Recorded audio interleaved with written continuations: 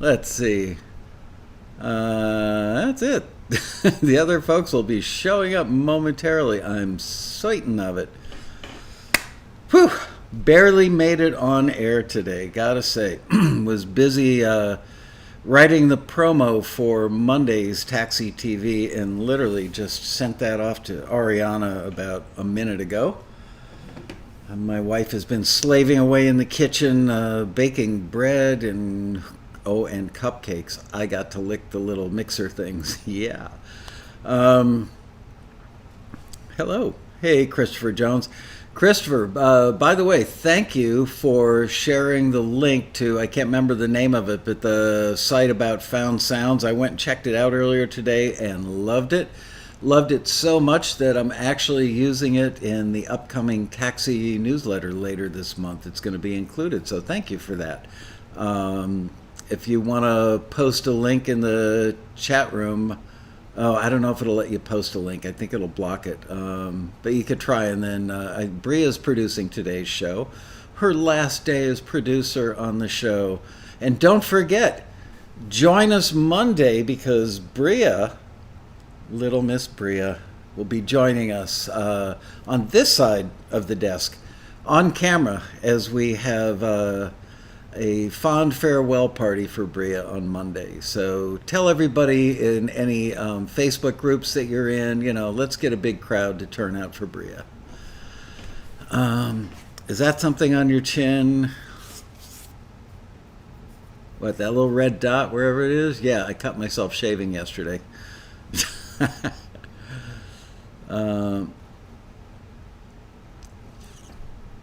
Yep, that's what it is. Cut myself shaving. One of these days, I'm telling you, I've spent probably 3 hours trying to figure out. The software won't fully launch that lets me adjust the camera settings to not be autofocused. Yes, I am mortal, except when I cut myself, the blood came out green, and I don't know why. Hello, Joseph Alonzo, John Pearson, Dan Weber, Mark Reel, Michael Reschke, Alex Dillon, Tony Solazzo. Hail, hail, the gang is here. Andre Stepanian. Yeah, it's Briagha, like Briagha. I always spelled it wrong, and then when she started working at Taxi 4 years ago, she said, it's like Briagha. Hello, Pierre, Yuka, Greg Carosa. Yeah, I shave in the shower. I don't even use a mirror. I do it by feel. Hello, Daryl Berman and Spiritual.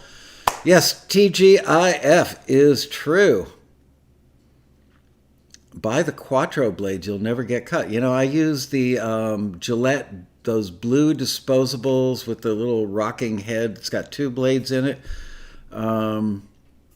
Sometimes it's funny, they're inconsistent. Sometimes you get one that's like perfectly sharp and doesn't cut you. Other times you shave with one twice, and on the third try, it's like the blade gets funky. And let's see. That's right. I shave with a knife in the shower. I am that manly. Yes, Linda, we're talking about shaving. And not our legs. We're talking about shaving this face, which I did yesterday and cut myself. All right. Well, I'm going to take you up on that, Joseph. I'm going to buy myself one of those 4-blade jobs. What's the brand? Is it Gillette or is it Schick? Dan Weber got another deal through Taxi about an hour ago. I will report about it officially soon. Thank you, Michael. Well, congratulations, Dan. That's great news. Nice going, buddy. Yeah, I noticed you guys haven't exactly been flocking to the success stories part of the Taxi Forum at forums with an S, forums.taxi.com/success stories. Report those deals so we can get you in the newsletter. Hello, Richard Carr, Robert Velicourse, Nancy Kalel. Wow, all the regulars are here. So once again, make sure you join us on Monday as we bid Bria a fond farewell. She's hiding behind her keyboard right now. Hello, George. Look at that. She posted a link to the forum just to make it easy for you. Hello, Ken Bearden. Gillette Fusion. Okay, I will try that.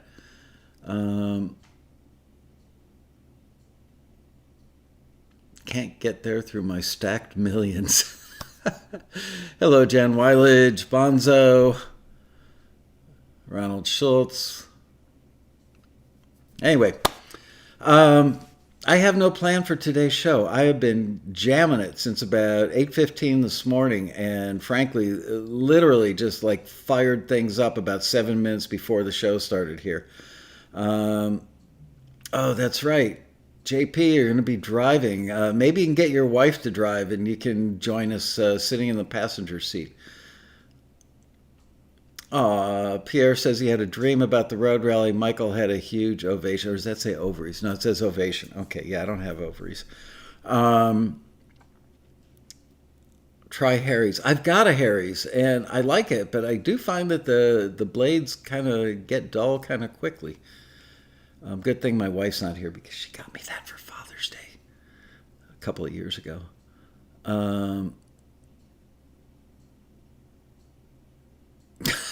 Pearson says, I want to arrive alive.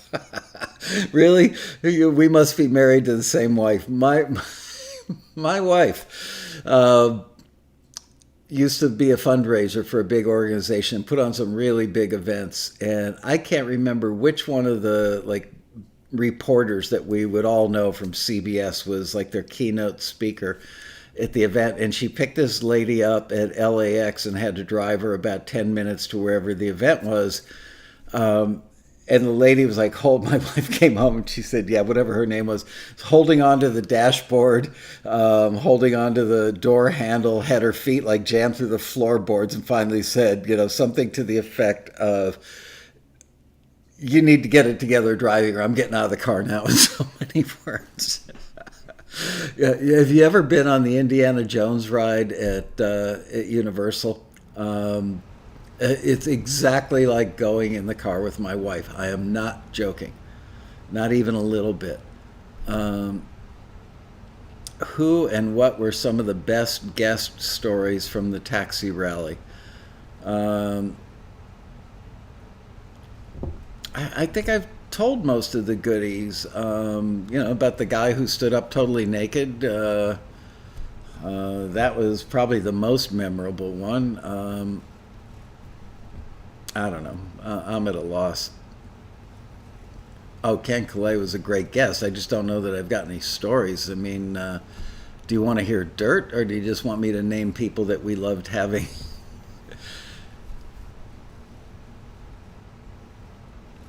Okay, here's a great story. And it's only a little tiny bit pornographic. It's okay, but if you have any kids in the room, you may want to kick them out for a minute. It's not that dirty, actually. Okay, oh gosh, what's his name? Pat Boone. You all know Pat Boone, right? A real gentleman. He's kind of an American icon. So many years ago, Pat Boone was our honoree at the Road Rally. Remember when he did, I can't remember what song he did, but he would dress up like in motorcycle leathers with a bare chest and had, he's still alive actually. He lives right across the street from Michael Lloyd in Beverly Hills. Pat Boone with the white shoes. That Pat Boone, leather metal, yeah. Love his daughter. Michael Lloyd produced Debbie Boone's record. Pat Boone is kind of naughty. First of all, he's a really sweet, good guy. Really nice man. And a legend, So didn't I tell you guys this?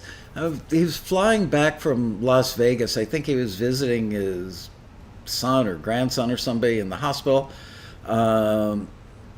Was he a Christian singer? One time I believe he has been. Yes. Sweater Guy. Yes, you're all correct. Behind the Green Door. No, not that. Anyway, I called him up and I said, hello, Pat, it's Michael from Taxi. How are you? And he said, great, but I'm going to be, instead of coming from my house in Beverly Hills, I'm actually going to be flying into LAX. I said, do you want me to have somebody pick you up? I can have a town car or a staff member pick you up. No, I've got my car at the airport. I'll just drive right over to the hotel, which is like a mile outside of the airport. And do you have a room where I can change? And I said, actually, the hotel is entirely sold out. I mean, like completely and utterly sold out.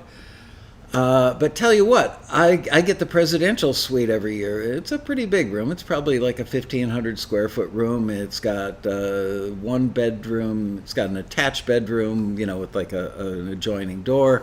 It's got 3 bathrooms, and one of the bathrooms is like attached to the living room or off the living room, and it's a guest bathroom. So I said, tell you what, how about when you get to the hotel, I'll have somebody from the hotel staff take you up to my room, give you a key, and you can use the guest bathroom, and you can shower and change clothes and everything. And he said, oh, that would be great. Such a nice guy. So anyway, I'm downstairs running around, getting all this last minute stuff together, and I heard that Pat had arrived at the airport. The hotel texted me and said, he's here. He's up in your room. Everything is good.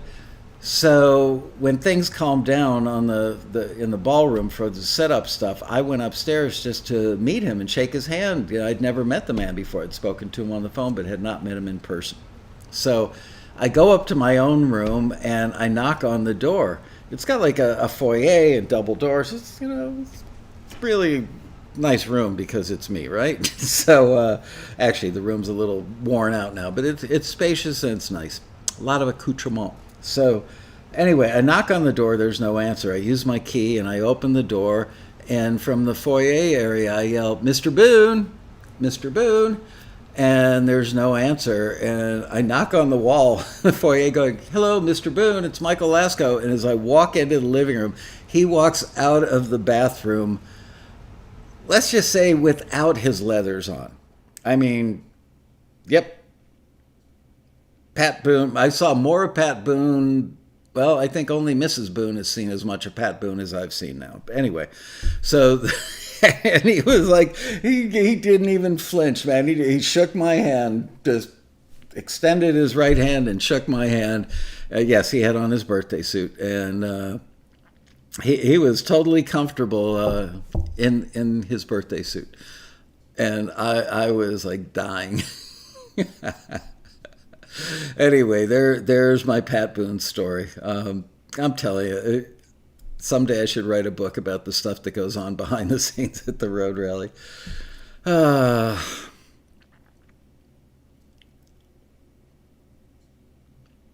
Anyway, so what shall we do today? John Pierce, I wish I hadn't heard that. Yeah, it's one of those things, you can't unsee it, that's for sure. Nancy Kalel. Nancy says, so does he have a size 11 shoes? I won't comment about that, but I will tell you that, I mean, at the time, he had to be in his mid to late 70s. This was like 10 years ago, and that gentleman was so buff. I mean, I remember that's, after the shock, the next thought that I had was, that dude is in way better shape than I am. God, what a bunch of perverts you guys are. Oh, man. I'm not even going to read. Look at that. I'm turning red. I'm not going to repeat half the stuff in there. But the whole time we had him on stage at the road rally and I was interviewing him and introducing him and stuff, all I could see was that moment upstairs. Oh, come on, you guys. Keep it clean. Oh, classic.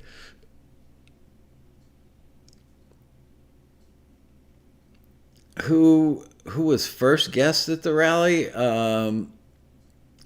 Back in the early days of the rally, I don't think we ever had like a particular honoree for any particular year. It was all just panels. We didn't do any one-to-one interviews.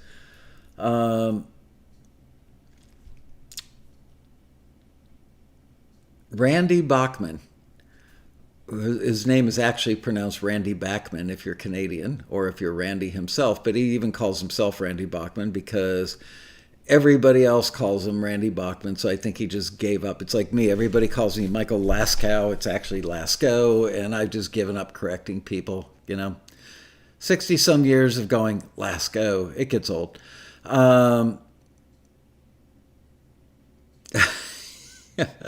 Anyway, yeah, do you know I was in a band called the Benjamin Franklin Lightning Rod Society when I was like 13 years old, and I lived in this little farm town of Ottawa, Illinois, population of like 15,000 people. And there was a dairy farm called Pit Sticks Dairy, and they had a lake where the cows would go in to get cool in the summer and drink out of the lake.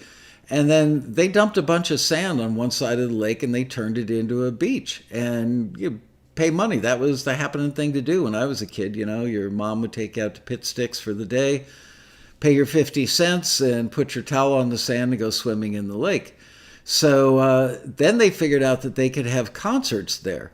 And they set up a stage, and just some of the bands that played there were like Ted Nugent and the Amboy Dukes.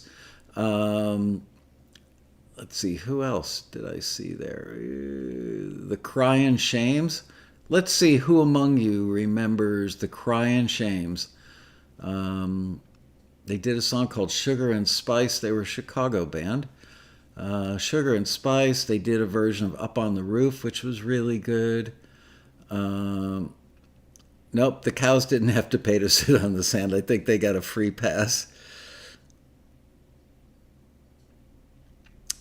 Peter says, I'm the first to pronounce his last name correctly on the first try. Well, thanks for letting me know. But how hard is Rahill? Do people call you Rahill? Ted was my neighbor in Detroit. You're dating yourself, Nancy.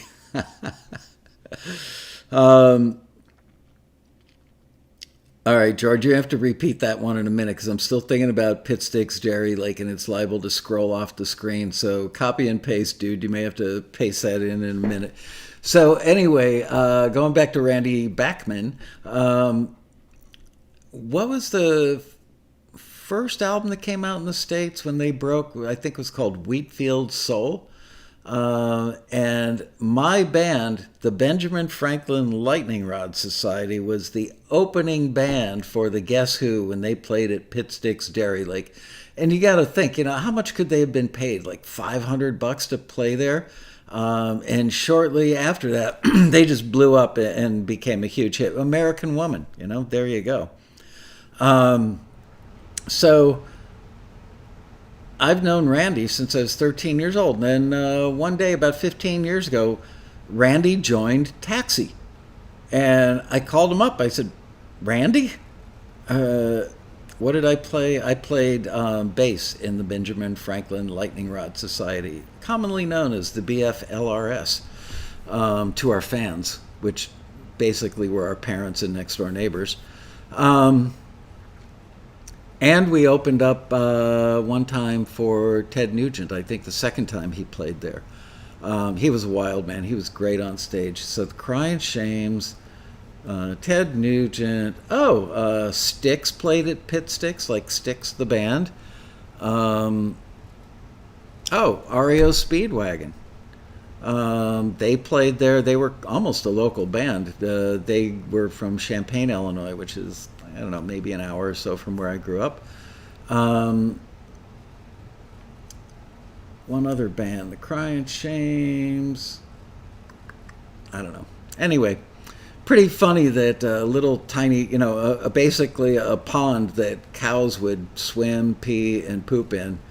You know, they had a stage and all these great bands played there. Oh, Chicago. Back when they were known as the Chicago Transit Authority. Okay, so George says, who is your favorite guest on Taxi, and or who do you admire as a writer, composer, engineer? I don't know. There have been so many great guests on Taxi TV, assuming you're talking about Taxi TV. If you're talking about the road rally, some of the highlights have been Robbie Robertson from the band. He was an awesome interview. Ken Calais. I mean, I was in heaven that night, in case you couldn't tell from sitting in the audience. I loved every minute of that. I'll show you. One of the best. Where's that book? Be right back.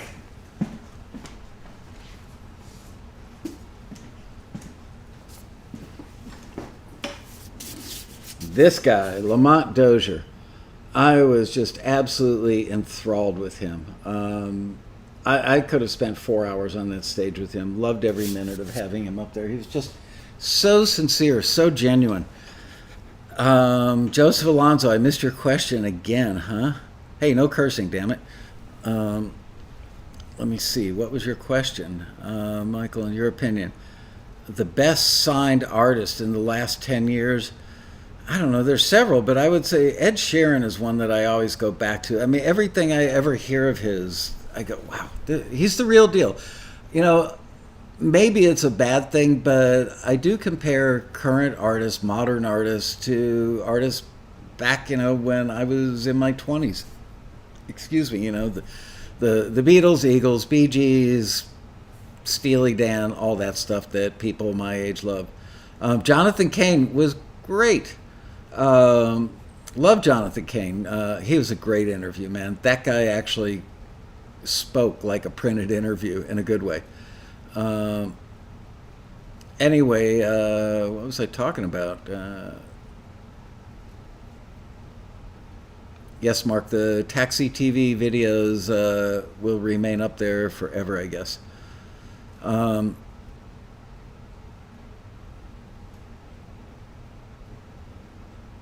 Yep, Lamont Dozier got a 3 to 5 minute standing ovation at the start after his hits were played. Yeah, I remember. It was like hit after hit after hit after hit after hit. Frankly, I can't even remember all the people that we've had. I would have to go look at my files to see who all these people were. I've tried to get Carole King. I actually know Carol's daughter. And she's actually run listings with Taxi and found a couple of writers, Andy Dodd and Adam Watts. They got discovered as writers and ultimately became multimillionaires because she called up and introduced herself to me and asked if she could run a listing for an artist that she was managing. Trying to get a deal for at the time, or had just gotten a deal. What was his name? Beautiful soul, Jesse McCartney. So I've actually reached out to Carol's daughter on at least 2 occasions, tried to get Carol to come to the Road Rally, but she was touring one year and something else going on another year. Speaking of Holland Dozier and Holland, we've actually had the Holland brothers. The year after we had Lamont on the stage, I had the Holland brothers, I think as our honorees, and I interviewed them as well. Steve Dorff was great. Steve and I actually met at a sushi restaurant by maybe a half mile from the Taxi office. Sometimes I would just duck out of the office by myself and go over there and sit at the sushi bar just to get away from it all. And I walked in one day and I saw this guy and we both looked at each other like, I know you. And I said, you look familiar. Are you in the music business? He goes, yeah, I'm Steve Dorff. He goes, you look familiar too. And I told him who I was. And we ended up spending a couple hours that day at lunch just shooting the breeze. And he ended up becoming a friend. And yes, he was, a great interview. Boy, talk about another guy who's written a million hits. Gosh, there have been so many of them. Jeffrey Steele. Jeffrey Steele was a great interview. And at the end of his interview, he got up on stage with his acoustic guitar and did like a mashup of several of his hits and just blew the doors off the place with nothing but an acoustic guitar. Literally, you felt like you were at like a stadium concert with that guy. I've never seen anybody that can kick such tremendous butt with an acoustic guitar as Jeffrey Steele did. Darren Moss. Marshall Altman used to say some fun stuff on stage, didn't hold back. That's right. Marshall and I were great friends. We used to golf pretty much every Friday together. He was an A&R guy at Columbia Records, and then at some point he just said, I don't want to do A&R anymore. Funny enough, he ended up screening at Taxi for a couple of years while he was growing his list of production credits. I was just looking at one of my daughters knows Marshall well, and she sent me a picture of Marshall has just recently formed a band. He's got to be like 50, 55 years old now. He's living in Nashville. He's done great. He left LA about 10 years ago, I think, and went to Nashville. And I remember thinking, Marshall, bad move, man. Nashville doesn't really love outsiders, especially Marshall is a very confident person. So I really could picture Marshall arriving in Nashville like, here I am. And Nashville, in my opinion, doesn't take too kindly to people that show up, get off the bus, so to speak, and like own it when they get there. But he pulled it off, man, and he's been super duper successful. Yeah, Marshall had a great thing he used to say on stage, which is, bad is the floor, good is the ceiling, great is the sun. You need to be the sun. I thought that was his best line on stage ever. Ben Montench and Tom's bass player produced a record I played on. Wow, that's cool, JP. Also, Ben Mont's got the coolest name ever, doesn't he?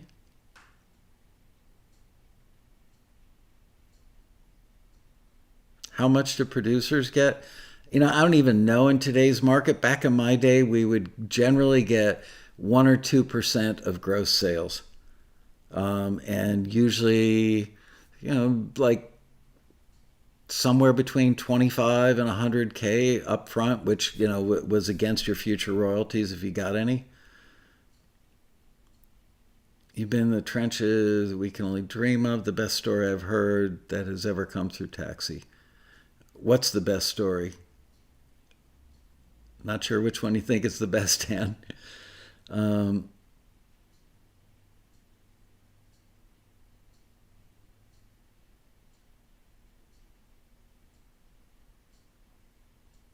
I saw Chicago Transit Authority in Pittsburgh. James Taylor did a 45-minute set by himself.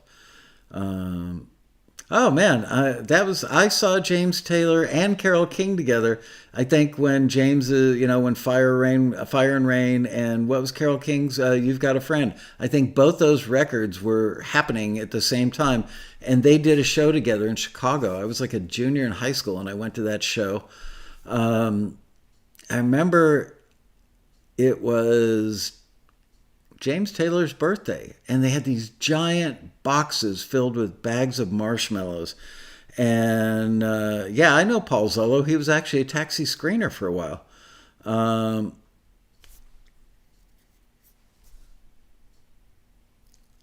Michael, how could I forget? The Beatle guy. I'm so bad with names. Jeff Emmerich.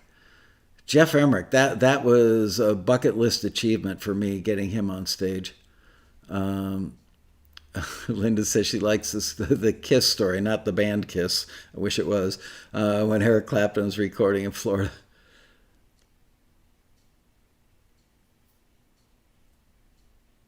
Yep, Jeff Emmerich. He was great.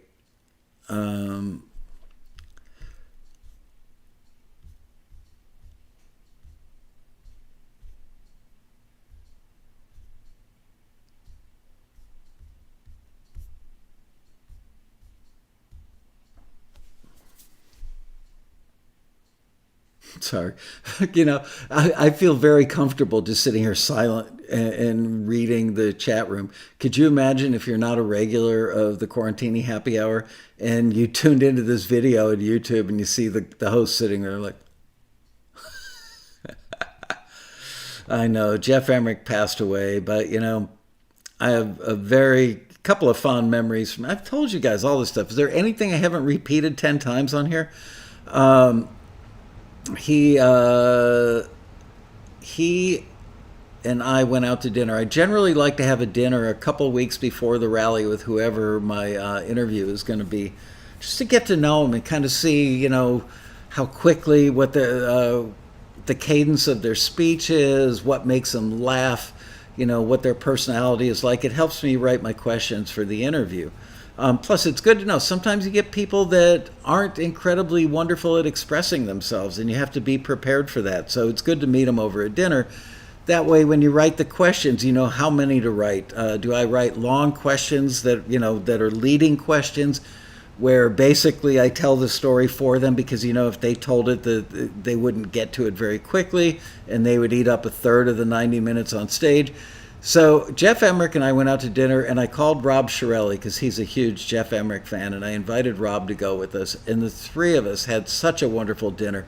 I mean, there wasn't anything Jeff Emmerich wouldn't tell us. There's some things I probably shouldn't repeat, but he was very forthcoming, very down to earth, really cool, and I was just so happy to meet him and hang out with him. This is great info, Michael. Wow, super helpful. Hey, I'm flattered that you think it's helpful, but really hearing me repeat my stories for the 10th time is helpful. Yeah, a lot of people have been recommending that I get Lee Sklar on either Taxi TV or the Road Rally. I had Diane Warren about 5 years ago, but she got really sick. I mean, like really sick, and called me the night before the rally. Michael, I can't come. And I said, Diane, you have to come. I don't have enough time to replace you. She said, my doctor says I can't come. I said, Diane, please do me a favor. Just show up. I will wrap you in a blanket off stage, and then you can just come up on the stage. I will hand you the award. Everybody will blow you a kiss, give you a standing ovation. You wave and go bye-bye. And that's pretty much what happened.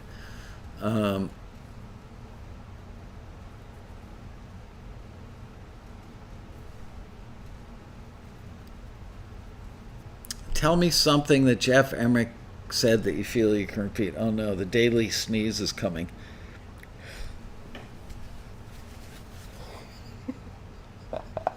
This ain't like real TV, right?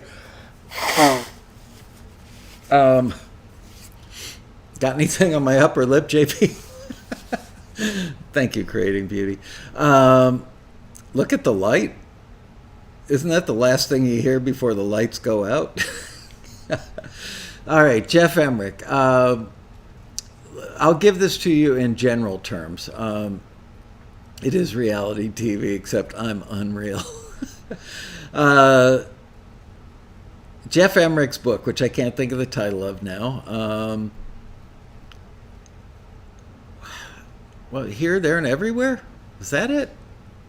Anyway, he mentions this in the book, but he went into deeper detail, and I guess he can't get yelled at. George Martin is now passed away as well, right? And I've told you guys, I actually got to engineer a little bit for George Martin one day, and got a picture with George. So anyway, yes, let's just say that Jeff didn't hold back. He still considered George Martin to be kind of a friend. I think there's a certain amount of respect there, but he did mention that there were a lot of special moments where, and George was credited with being kind of the genius behind it all.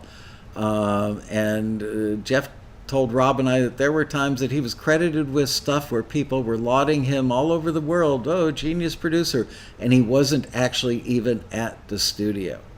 I think one of Sgt. Pepper's might have been, maybe it was the elongated chord. Oh, I remember the title. Man, Here, There, and Everywhere. Great book. Gotta read that book. I've read every book I think about the Beatles in the studio. And what's that guy, Mark Schoen, I think is his name, that wrote a couple of books about the Beatles in the studio. The Jeff Emmerich book will resonate more for you guys. It resonates for those of us who sit behind consoles, more so than just fans. There's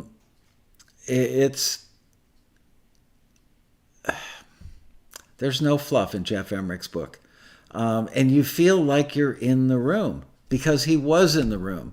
And he talks about the personalities, and he talks about engineering stuff, and he talks about, the Beatles kind of their arc as they discovered that they were actually stars, Talks about, at some length, talks about what it was like working at Abbey Road. They had guys wearing white lab coats and skinny black ties and, if you needed a microphone, you had to like go get approved to sign out the microphone. God forbid that you actually like moved. I think he told me he got busted once, or maybe many times, for like bringing in an extra tape machine into the control room they would use for slapback or something, and got in big trouble, for like moving a 2-track from one place to another. Yes, he does talk about Yoko. I can't remember exactly what he said about Yoko, but let's just say that I don't remember it being all that fond. The light helps you sneeze if it's stuck. You look at it and it can make it come out if it's stuck. The brighter the better, the easier it triggers. Sun is best. Good to know. Wow. I just found out yesterday. Do you guys know that your tongue actually in its resting position is at the roof of your mouth, not at the bottom of your mouth? Wow, Linda just bought the book for $4.99. Don't go blind. That's right. Look, guess what? I didn't. The sneeze came out, but I'm blind. Oh man. Ringo was not my neighbor. Okay.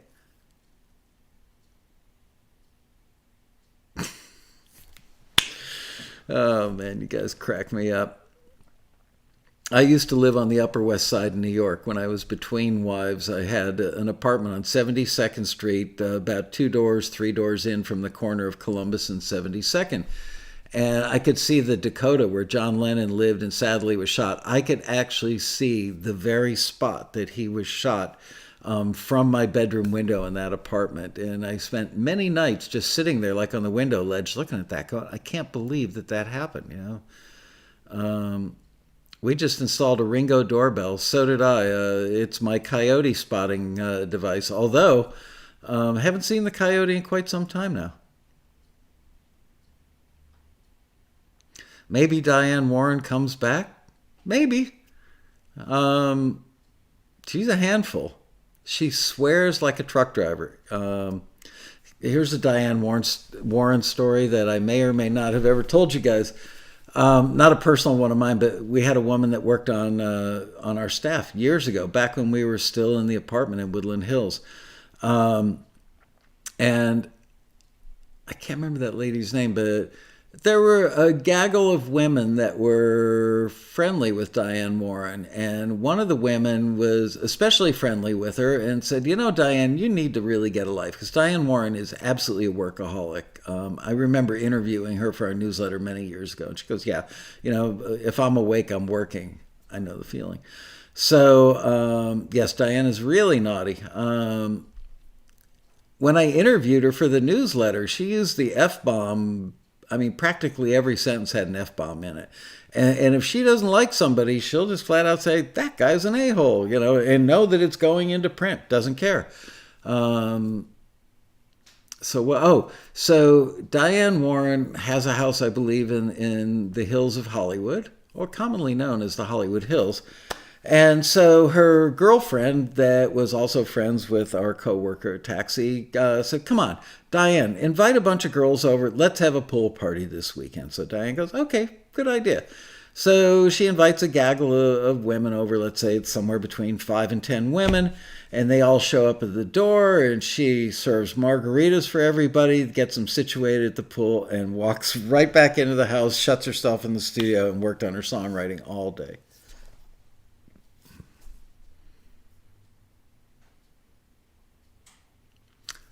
Is that interview still up on Taxi?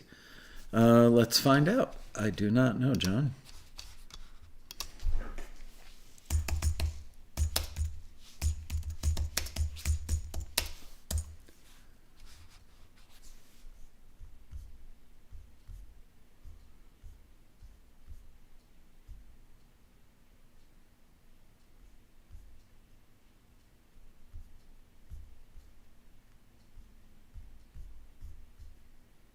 Let's see.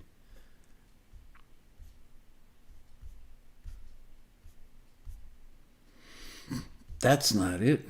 We're still in the process, believe it or not. After redoing the website, there were like 1,000 no, actually there were, I want to say 1,600 articles. Taxi transmitter. Let's try that. I'm not so sure we can still call it the transmitter. Might offend somebody.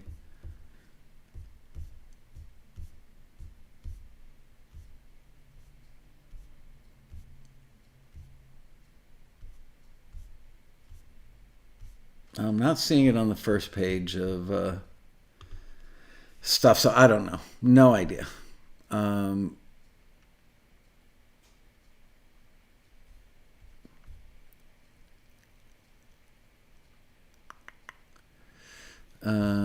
What was George Gillen's idea for a show? Scrolling back. I'm looking.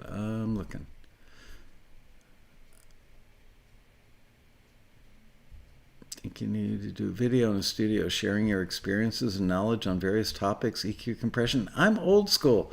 I'm telling you, unless you were doing like a full band in a live room with an SSL or a Neve and a Studer tape machine and microphones, I'm not so sure my advice is even applicable today.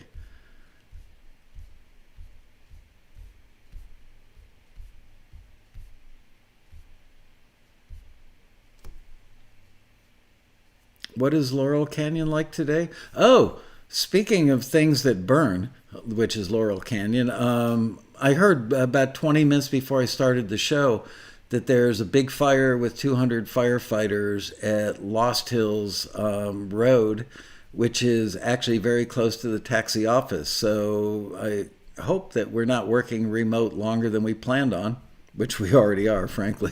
Thank you, Governor Newsom. I've renamed him Governor Ransom. Feels like we're being held for ransom. How about Max Martin? Ariana actually interned for Max Martin, if I remember correctly.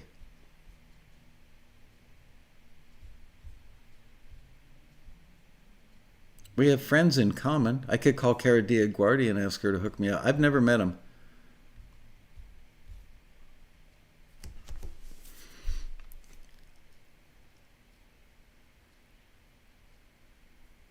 Hey, didn't I tell you that time a few years ago, Cara Diaguardi calls me up and goes, yeah, I'm here with Max Martin. It was like the middle of the night for them. She was calling me from Sweden.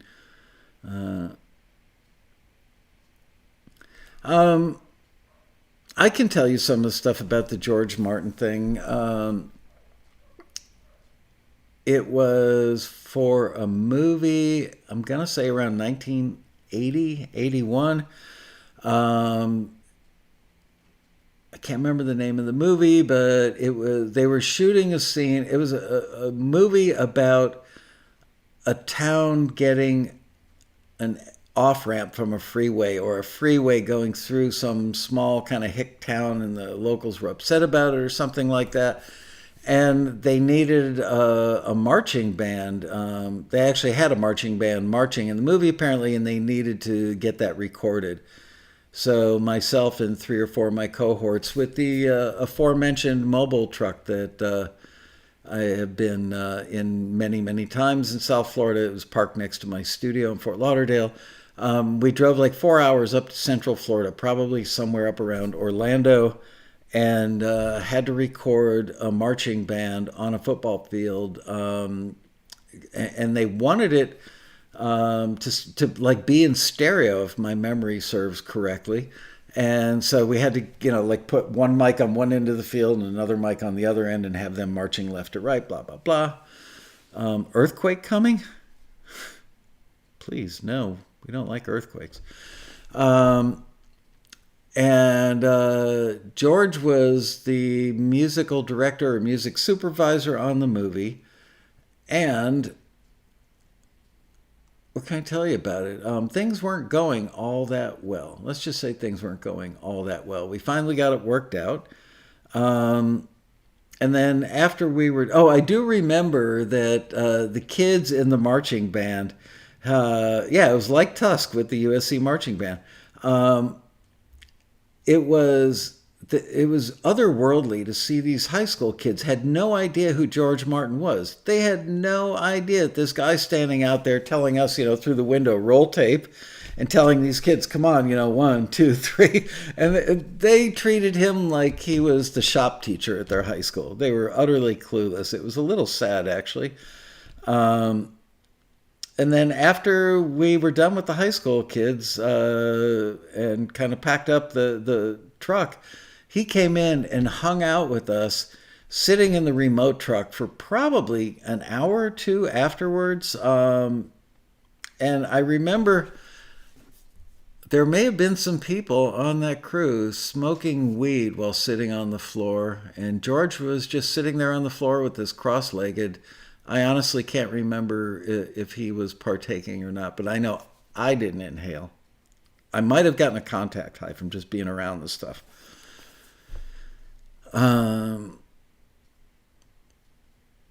Yeah, there's no mix. Rick Cabot Podmore says the marching must really screw with the mix. Well, there's no mix. I mean, it was just like a single point microphone at each end. So what you got is what you got. But we wanted it to sound authentic.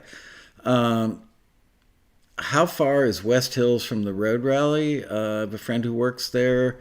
West Hills is actually right next to the taxi office. We're like a minute away from West Hills, and from the road rally, it's about, can be an hour drive in traffic. It can be a 35-minute drive in no traffic. Pierre wants to know, just submit to a custom critique. What's the response time? How do you choose the screener? Well, we go, oh, look, it's Pierre. Let's give him somebody who's just awful. They actually do choose. We have, not all screeners are qualified to do customs. They're more elaborative. They're obviously not for a particular submission. So they pick the person based on their availability, and we don't get that many custom critiques in, so we try and save them up so that they've got like a 4-hour shift of just doing customs.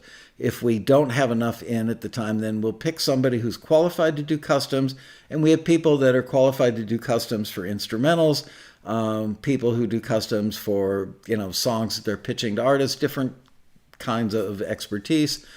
And so if we don't have enough customs in that style for that person, maybe we'll just give them a custom to do at the end of their regular shift of screening. Liz says it takes her 8 minutes to get home from work. So yeah, she lives in West Hills and she works in Calabasas. So there you go.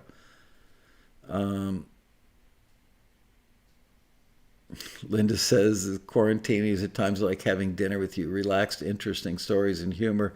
Yeah, but it's like, how many times can I tell these stories? I mean, ask the staff, they'll tell you a lot. But I do have a lot of them, that's for sure.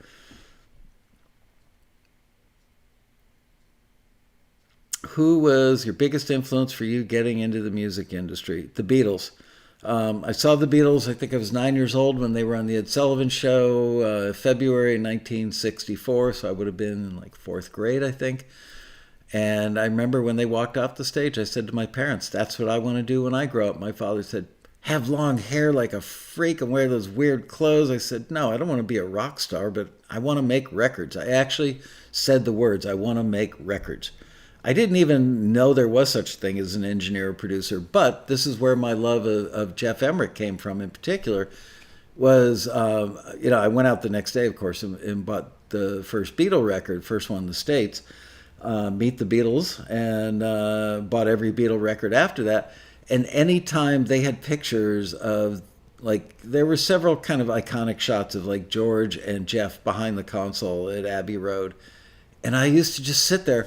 I remember sprawled out on the living room floor of my parents' house. We didn't even have a stereo. We had a mono.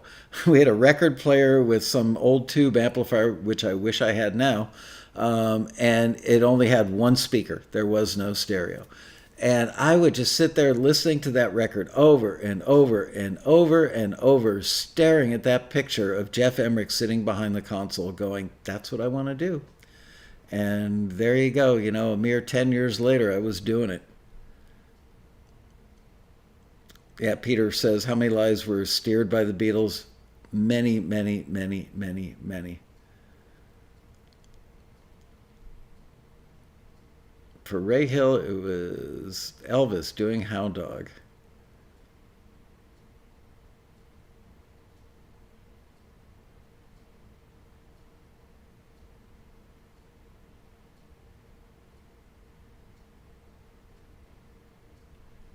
So you're my age, Linda. Not that I'm allowed to talk about a lady's age in public or even in private for that matter.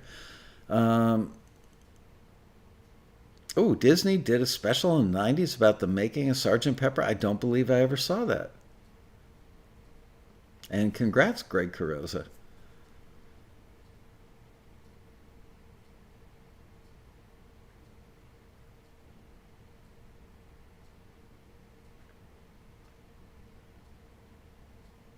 If Sony owns Beatles copyrights, do they still get paid? Didn't Paul buy them back at some point? I thought that Sony got them, then Michael Jackson got them, and then Paul bought them from him, or was it some other sequence? Um,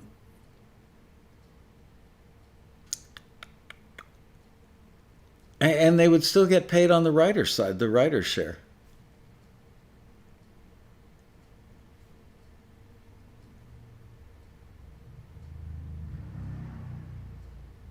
Wow, it's 4:52.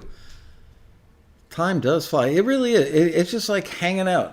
It is hanging out. That was the whole point of doing the Quarantini happy hours was, not so much to be about education or even taxi for that matter. It was more just to give us all a touch point with other humans when we really can't be around that many other humans.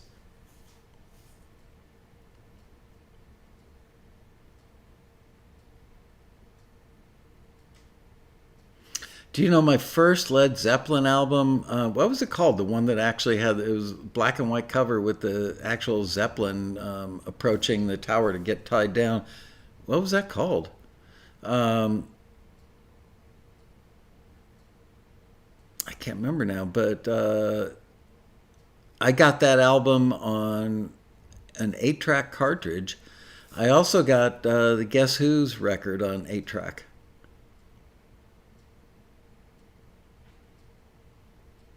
Maybe it does revert back to him. I'm really not sure. It was a convoluted story.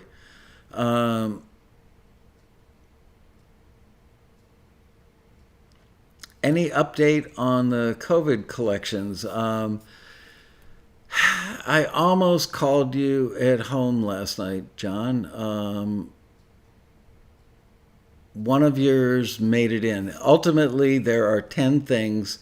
If you're talking about the COVID collection for advertising stuff, you are one of the 10. We just finally, the screen, it was a lot of stuff got submitted for that. And I haven't written the letter yet, but I will keep some of you guys in suspense on this, but tell you something, which was we got about 1,400 submissions in total for those three things. And the screeners whittled it down for me to have a listen. Although I never put myself in the position of being the final arbiter of anything. I really rely on the screeners more than my own ears. But because it was advertising stuff, and I've done audio posts on so many commercials in my lifetime, even though that was many years ago. I'm fond of advertising music and follow it, and I'm hip to it, and yeah, that's me, really hip. So I think they gave me the other day. I got 60. It was whittled down to 65, and then I did a whittle, and I had our head screener do a whittle, and then we compared notes, and we had 8 out of the 10 identical, and 2 that were on her list were kind of on my list as maybes. And so we ended up putting on those 2. I mean, they were really good. So we have 10. I just finished putting together the list of about 35 different people at just the top ad agencies, the top ad agencies. Not every single one of them, but a lot of them. And that will be my job this weekend, is to write the little cover note that goes out with all the discos to the ad agencies. It's a little tricky because normally we'd be responding to a brief. In this case, we're sending it unsolicited. I mean, a few of these people I know, but I'm sending to a lot of people we don't know. And the subject subject line is going to be very important to get them to open it. And there are a couple cases where people I know at one agency are calling somebody else. No, it was Wendy. It was 1,400 submissions over 3 listings that were 3 different types of songs that we requested to put on a compilation to send out to ad agency for, kind of the quarantine is lifting and we're allowed to go back out in the world, or tender moments thinking about first responders. The 3 of them were very different. So basically the compilation of 10 ended up just because, for no particular reason other than the songs we picked lean that way. These are more like I'm going out in the world, kind of stuff. There are a couple that are the more serious, tender ones on there. I gotta say, the whole thing with the George Floyd killing and everything that came after it just totally wiped the whole focus of the pandemic. It just disappeared. This is Taxi working for us. Thank you, ML. You're welcome. What did I do? Anyway, so it's very close. Realistically, I'm going to hand this stuff off to Liz on Monday, and by Tuesday she will probably get all the discos out to the various ad agencies. I've actually my wife put together a spreadsheet with like first name, last name, email address, phone number, an ad agency name. So there you go. Oh, so what I wanted to tell you was, out of those 65, 10 made it onto the compilation. And we didn't start out saying, okay, we can only pick 10. We couldn't send 65. That would be obnoxious. But 10's a good number. And it just turned out that way, that we found 10. We weren't shooting for 10. It just turned out that way. But that means that we've got 55 others that made it onto the, this should be considered. It made it through the screeners. And when I listened to the stuff, what I thought for all of those other 55, virtually every one of them was really good, but virtually all of them were not right for advertising. And it sounded kind of like they had written songs for other COVID-related listings, for film and TV, which is and then submitted it because the sentiment was kind of the same for the advertising stuff, but it didn't sound like something you would hear in a commercial. And that was the determinant factor. And it was really tough because, pulling stuff out of there, as I was listening to it, pulling stuff out of there going, damn, I hate to break this person's heart. This is really good. This is good songcraft, great performance, great production. Everything about it works. But it's just not right. I can't send this to an ad agency and say, here you go. You really need to hear these things for any post-pandemic ads you're making right now. So what we're going to do is we're going to listen to those 55 one more time. And I think then we have to reach out to the people that are still on that list and say, do we have your permission? We're going to build another compilation of the greatest stuff from that list and send it out to every film, TV, music publisher, music library that we know. That's not true. We know I think 2,000 of them, but the ones that are currently actively working with us, which is, 25 to 50 on any given month, probably. So that's what we're going to do is, I'm trying to think if I've got the document on my desktop, John. I could tell you. I feel a little bad telling you, tales out of school. Tell me your titles, and I'll tell you which one it was that got forwarded. And your other one made it to, you had 2 of them that made it to the list of the 65, by the way.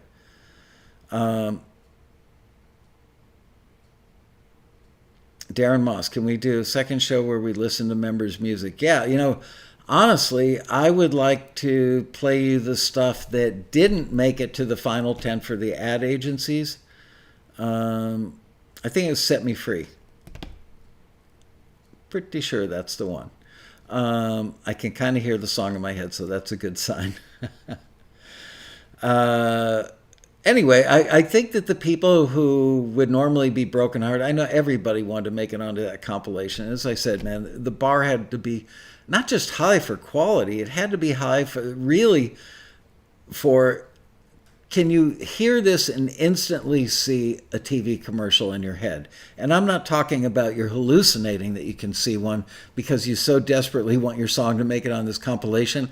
I'm talking about can an objective person that understands advertising music, like yours truly, can you imagine this going in an ad? Scott Hansen, the bar is high and so am I. I think the bar stool is high, and so are you. Hey, Scott. But we would need to reach out to the other people on that list and make sure that we've got their permission to play the stuff on an episode of the show. Frankly, I thought about doing a show where we play the final 10 on the show, but we couldn't leave that up on YouTube. It would have to be a live show only because ad agencies do get a little tweaked about that stuff. Yeah, that's the one. It's Garage Rock. There you go. Set me free. Go to John's taxi page right now, which you should because it's 5:02. We are done. It's the weekend, peeps. Go out, or stay home, whatever you're going to do. We're actually going to somebody's house for dinner tonight. Ooh, we're going to brave the COVID. It's another family we know that's been totally isolated. So, between the two families, we've only gone outside to basically go to the grocery store. All right, you guys, have a great weekend. And don't forget, first of all, if you're not a subscriber and you're watching this, please subscribe. Please give us a thumbs up, commonly known as a like.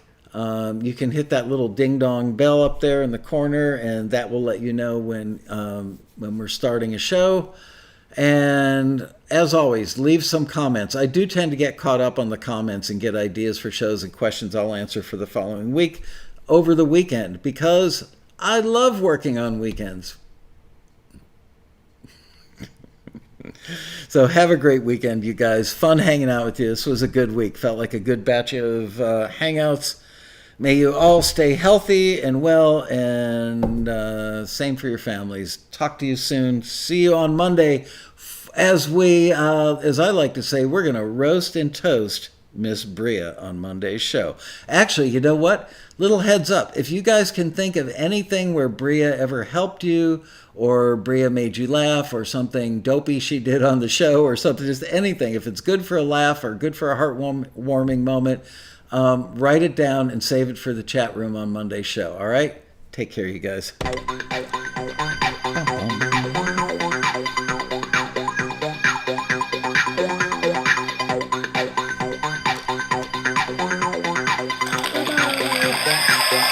Yeah.